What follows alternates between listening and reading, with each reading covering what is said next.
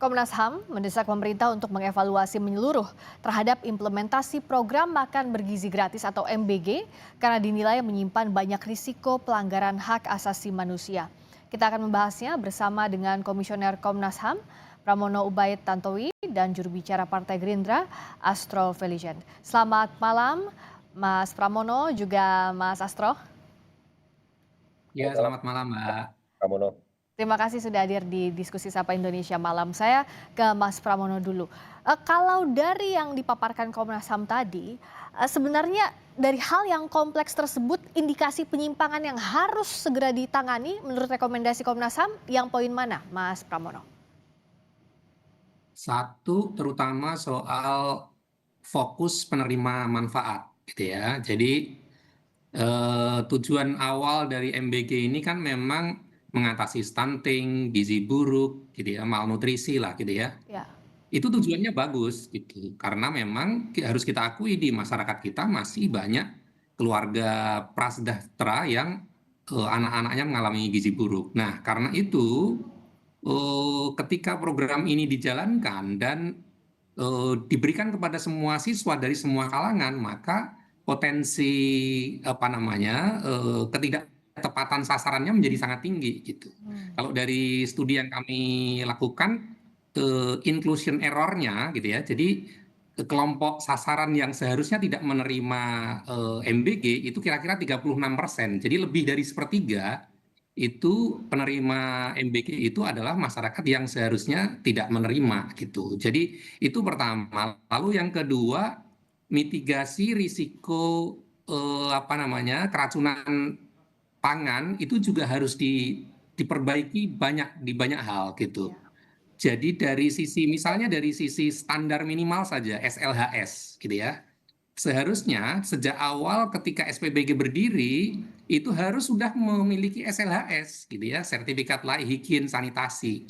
Tapi sampai Mei kemarin dari 27.000 sekian SPBG yang berdiri baru 57% yang punya SLHS, padahal itu adalah standar minimal. Gitu. Lalu soal Ya. IPA-nya, lalu soal pegawai apa namanya petugas pengolah makanannya itu jadi masih banyak sekali yang harus apa namanya diperbaiki untuk memitigasi risiko keracunan pangan. Belum lagi soal apa namanya mekanisme tanggap darurat gitu ya, pertanggungjawaban, lalu kemudian apa namanya hak atas pekerjaan yang layak bagi para pegawai SPPG. Ya. Mereka ini jumlahnya kan sekarang ini kan sudah sangat besar sekali. Kalau 27.000 kali 50 saja itu sudah berapa jumlahnya yang itu tidak terikat pada apa namanya undang-undang ketenagakerjaan yang benar gitu. Jadi tidak Ya. diatur sesuai dengan apa namanya selayaknya. Nah, dari rekomendasi yang diberikan Komnas HAM ini kan tadi seperti yang disampaikan oleh Mas Pramono, Mas Astrio, ada banyak faktor, ada banyak hal yang harus diperbaiki dari mulai salah sasaran sampai operasional di tingkat SPPG-nya. Apa yang Gerindra dorong juga kepada BGN agar ini segera dievaluasi karena waktunya kan terus berjalan? Partai Gerindra tentu saja kami menghargai dan berterima kasih atas segala kritik-kritik yang ditujukan. Karena kritik ini merupakan bagian daripada kritik yang membangun sehingga kedepannya tata kelola dan pelaksanaan daripada program ini dapat berjalan dengan baik. Kami juga mendukung pembenahan secara masif, secara radikal, bukan hanya daripada tata kelola daripada program makan bergizi gratis, tapi juga dari sistem pengawasan. Jadi pengawasan ini bukan lagi harus hanya melibatkan dari internal, melalui internal dari badan gizi nasional ataupun melalui juknis-juknis yang ada, tapi pengawasan ini juga harus melibatkan pihak eksternal. Nah, ketika kita berbicara pihak eksternal, artinya kita berbicara kementerian dan lembaga lainnya. Kementerian Kesehatan, baik itu BPOM, baik itu lembaga penegak hukum, seperti kepolisian dan kejaksaan, sampai kepada civil society, juga kepada NGO dan kepada masyarakat secara luas. Itulah metode pengawasan yang kita dorong sehingga tata kelolanya lebih baik. Nah, tetapi Mbak Priska, kami kurang sepakat kalau ini dilabel oleh Komnas HAM sebagai sebuah bentuk pelanggaran HAM. Kenapa, Karena Mas? kami Karena kami menilai bahwa justru program makan bergizi gratis merupakan bagian daripada pemenuhan hak asasi manusia, Mbak Friska. Yaitu pemenuhan hak asasi apa saja? Sebagai contohnya adalah pemenuhan hak untuk pangan yang cukup. Lalu pemenuhan untuk hak bebas daripada kelaparan. Lalu hak untuk meningkatkan taraf kehidupan, pemenuhan kebutuhan dasar, maupun hak untuk tumbuh dan berkembang secara layak dan meningkatkan kualitas daripada kehidupan. Dan perlu dicatat, di dalam forum di sela-sela event daripada UN Human Rights Council Session di Geneva di bulan Maret yang lalu, program MBG ini mendapatkan apresiasi yang luar biasa sebagai bagian daripada program yang berdasarkan atas untuk memberdayakan hak asasi manusia. Jadi ini merupakan program yang sangat mulia yang justru digunakan untuk memberdayakan dan meningkatkan taraf hidup daripada anak-anak kita. Lalu yang kedua, kita garis bawahi, Mbak Friska, kita juga perlu objektif menilai program ini berdasarkan angka-angka yang sudah ada. Kami juga menyesalkan, kami marah, kami kecewa terhadap penyimpangan yang sudah terjadi. Dan kami mendorong, kami berada di garda terdepan untuk mendorong revitalisasi daripada tata kelola yang sudah ada. Tetapi Mbak Friska, kita juga harus menilai spillover effect-nya. Apa saja? Data dari kuartal 1 di BPS sudah menunjukkan program MBG ini berkontribusi terhadap pertumbuhan konsumsi sebesar 5,5%, terhadap pertumbuhan daripada sektor pertanian yang mencapai hampir 5%, maupun pertumbuhan dari subsektor peternakan yang mencapai double digit di sekitar 10-11%. Nah, ini merupakan angka nyata. Belum lagi kalau kita berbicara hampir 2 juta tenaga kerja yang diserap langsung oleh dapur-dapur maupun supplier-supplier yang juga jumlahnya berada di kisaran jutaan supplier yang berhasil petani nelayan. Jadi ini merupakan program dengan tujuan yang mulia, dampaknya nyata, tapi kita setuju evaluasinya harus dilakukan agar pelaksanaannya dapat terjadi dengan betul. Evaluasinya Gerindra setuju tadi kata Mas Astrio, tapi tidak setuju dengan terminologi pelanggaran hak asasi manusianya, Mas Pramono. Ya, makanya kami tidak menyebut program MBG sebagai bentuk pelanggaran HAM gitu ya, tapi dalam pelaksanaan program MBG kita masih menemukan banyak indikasi pelanggaran HAM. Jadi di dalam pelaksanaannya memang masih banyak kita temukan gitu ya. Tadi misalnya dari program MBG ini misalnya setelah direkrut mendekati 1,5 juta petugas gitu ya. Jadi 27.000 kali 50 lah misalnya. Itu sudah mendekati 1,5 juta. Tetapi mereka tidak punya ikatan kontrak yang jelas. Status mereka oleh BGN dianggap sebagai relawan, tapi mereka sebagai pekerja. Jam kerjanya bagaimana? K3-nya bagaimana? Lalu kami minggu yang lalu menerima pengaduan dari warga yang mereka adalah satu orang pegawai SPPG. Ketika jalan menuju ke SPPG dia mengalami kecelakaan karena dia dia punya BPJS, dia butuh operasi besar tapi dia tidak bisa klaim. Dia tidak bisa klaim BPJS. Sementara dia butuh pembiayaan besar oleh BPJS Kesehatan. Ini harusnya BPJS Ketenagakerjaan, tapi karena mereka bukan tenaga kerja, maka tidak bisa didaftarkan sebagai BPJS Ketenagakerjaan. Itu contoh bagaimana 1,5 juta orang itu rentan mengalami pelanggaran hak asasi manusia jika ini tidak diperbaiki dari sisi jaminan sosial ketenagakerjaannya, belum lagi soal jam kerjanya, soal K3-nya gitu. Jadi bukan soal program MBG-nya, tetapi soal bagaimana ini dilaksanakan itu banyak sekali celah-celah terjadi pelanggaran hak asasi manusia. Jadi di situ sebenarnya kami ingin bicara. Itu salah satu contoh saja. Nah, karena itu di mana sebenarnya yang jadi masalah selama ini dan apa yang harus diperbaiki dalam waktu dekat? Sesaat lagi di Sapa Indonesia Malam.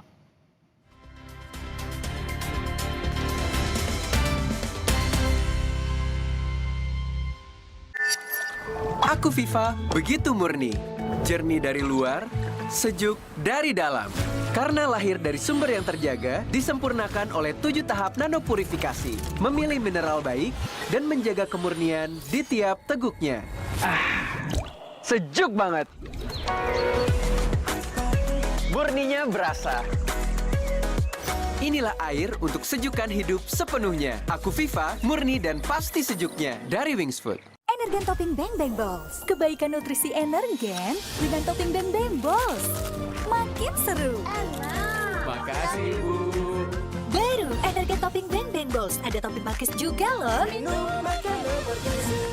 Baru teh pucuk Clash Sugar. Dari 100% pucuk teh pilihan. Seger. Enak lagi. Teh pucuk less sugar. Rendah gulanya. Enak rasanya. Teh pucuk less sugar, bagi-bagi miliaran hadiah. Omehar, minyak ikan pilihan dari laut dalam. Omehar, suplemen omega 3 esensial. Dalam mini kapsul, lebih mudah ditelan. Diproses dengan teknologi modern di Amerika. Bantu pelihara kesehatan tubuh kini dan nanti. Ayo berjemur demi vitamin D. Onde mande, Kalau nggak bisa berjemur, onde mande. bila perlu, minum MyWell Vitamin D 1000 IU untuk penuhi kebutuhan vitamin D. MyWell Vitamin D 1000 IU. Tiap orang punya semangatnya masing-masing untuk memberikan yang terbaik. Terima kasih untuk kamu yang tidak bercerita, tapi selalu semangat 100%. Kopi Kapal Api. Jelas lebih enak. Energen topping Bang Bang Balls. Kebaikan nutrisi Energen dengan topping Bang Bang Balls. Makin seru. Makasih, Bu. Baru Energen topping Bang Bang Balls. Ada topping pakis juga loh. Memang Hotin DCL beda dengan yang biasa. Karena rematik, keselio, dan nyeri sendi bukan sakit biasa. Pakai Hotin DCL. Bahan aktif DCL-nya meresap ke pusat sakit. Panasnya pas, redakan nyeri sendi dan keselio. Hotin DCL. Sendi harus dijaga, apalagi kalau usia sudah bertambah. Jika perlu, minum Wellmove, bantu jaga kesehatan sendi. Wellmove diproduksi dengan teknologi modern dan halal. Wellmove, bergerak itu nikmat. Tiap orang punya semangatnya masing-masing untuk memberikan yang terbaik. Terima kasih untuk kamu yang tidak bercerita, tapi selalu semangat 100%. Kopi Kapal Api. Jelas lebih enak. Aku Viva, dari sumber terjaga dan 7 tahap nanopurifikasi. Mineral baiknya dijaga optimal. Murninya berasa. Sejukan hidup sepenuhnya, Aku Viva, murni dan pasti sejuknya dari Wings Food.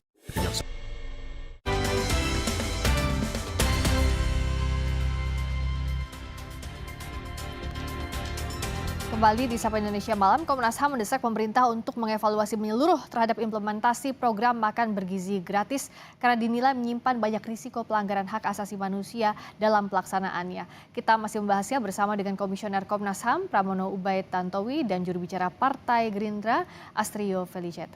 Saya ke Mas Astrio. Jadi tadi dalam pelaksanaannya sebenarnya yang jadi masalah. Kalau Gerindra melihat ini siapa yang salah berarti? Apakah BGN? Ya, tentu saja ini merupakan bagian dari evaluasi total tata kelola ya Mbak Friska.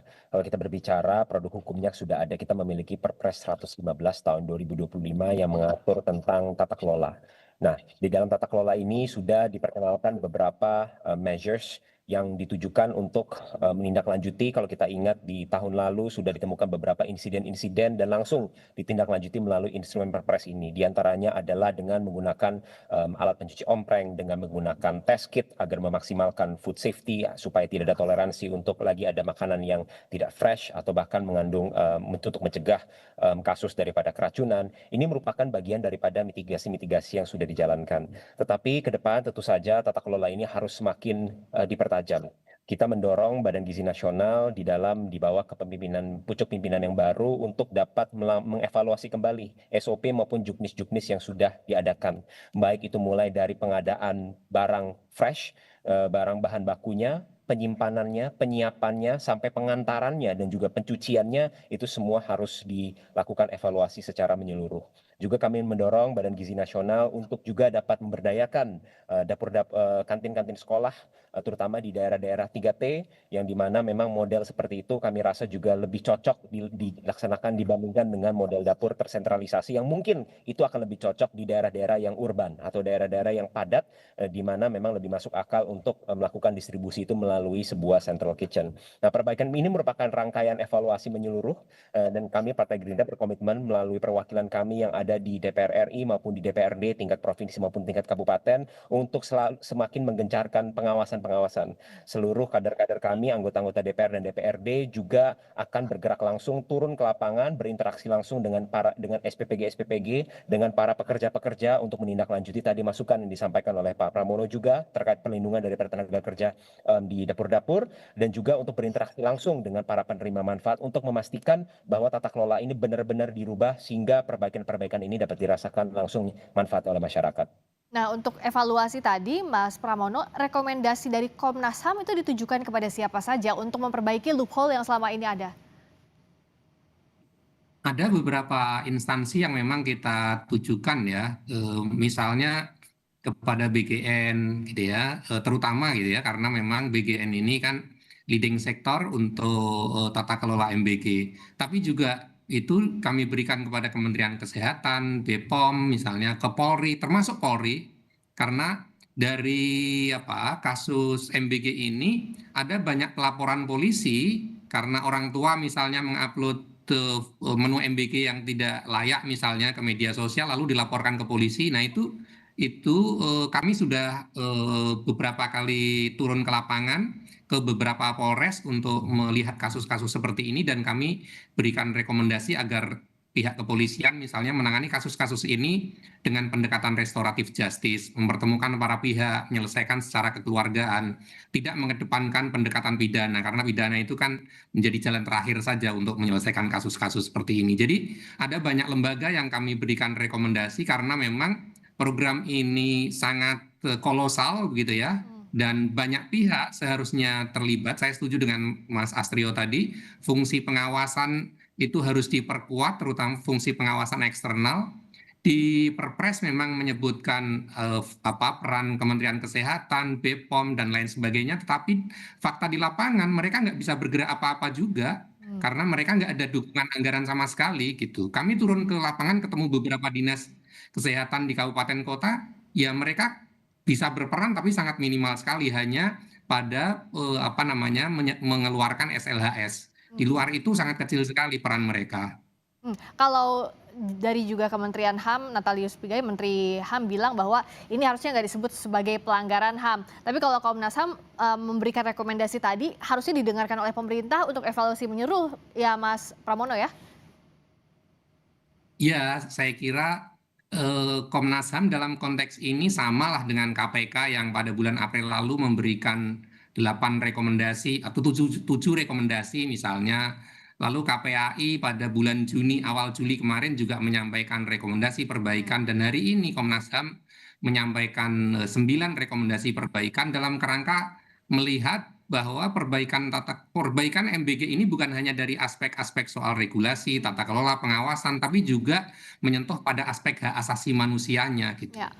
Nah, agar tujuan yang baik, program yang baik ini bisa berjalan baik pula, tidak mengulang kesalahan sebelumnya atau bahkan ada korupsi di sana, Mas Astrio, apa yang bisa didorong oleh Gerindra sebagai partai pemerintah agar programnya Pak Prabowo ini bisa berhasil dengan menindaklanjuti apa yang disampaikan Komnas HAM? Saya rasa itu rekomendasi yang baik sekali dari Komnas HAM. Sepakat, itu merupakan rekomendasi yang saya rasa secara spirit itu kita memiliki spirit yang sama, yaitu bagaimana caranya agar program yang memiliki tujuan yang baik, dampak yang baik ini benar-benar tujuan dan dampak ini dirasakan oleh masyarakat. Nah, maka itu Mbak Friska, Partai Gerindra akan terus menjalankan fungsi pengawasan DPR RI, mendorong pemerintah untuk 2 hal. Yang pertama adalah memperketat pengawasan, tadi yang seperti saya sampaikan, baik itu internal maupun eksternal, melibatkan kementerian lembaga dan juga civil society dan juga masyarakat luas. Tapi yang paling penting adalah Mbak Friska, ini kedepannya evaluasinya harus dijalankan secara transparan. Update-update dan perbaikan-perbaikan ini harus secara rutin disampaikan kepada masyarakat, dan apabila memang di dalam pelaksanaannya masih terdapat kekurangan-kekurangan dan ada kritik daripada masyarakat, dari NGO, dari LSM, kritik-kritik maupun masukan ini semuanya harus dapat didengarkan, dievaluasi, diterima dan ditindaklanjuti. Semuanya tidak lain dan tidak bukan agar pelaksanaan daripada program yang baik ini dampaknya benar-benar dapat dirasakan oleh masyarakat. Dan kami yakin apabila ini dijalankan dengan benar, maka tujuan utama daripada program Makan Bergizi Gratis, yaitu di jangka pendek itu adalah memberdayakan perekonomian lokal, pekerjaan-pekerja lokal, memberdayakan petani nelayan, dan dalam jangka panjang kita berinvestasi pada sumber daya manusia kita agar menjadi sumber daya manusia yang unggul. Insya Allah bisa dapat tercapai dan Indonesia bisa mendapatkan mencapai tujuan kita untuk menjadi sebuah negara yang makmur dan adil. Semuanya harus dalam satu visi yang sama agar program ini bisa berjalan dengan baik sesuai dengan tujuan awalnya. Terima kasih Mas Astrio Feligent, juru bicara Partai Gerindra. Terima kasih juga Mas Pramono Ubaid Tantowi, Komisioner Komnas HAM. Selamat malam. Berikutnya saudara, kami kembali dengan sorotan lainnya. Rentetan aksi demonstrasi oleh mahasiswa terus terjadi hingga hari ini. 5 tuntutan diajukan mahasiswa untuk perbaikan ekonomi oleh pemerintah. Informasinya usai jeda di Sapa Indonesia Malam.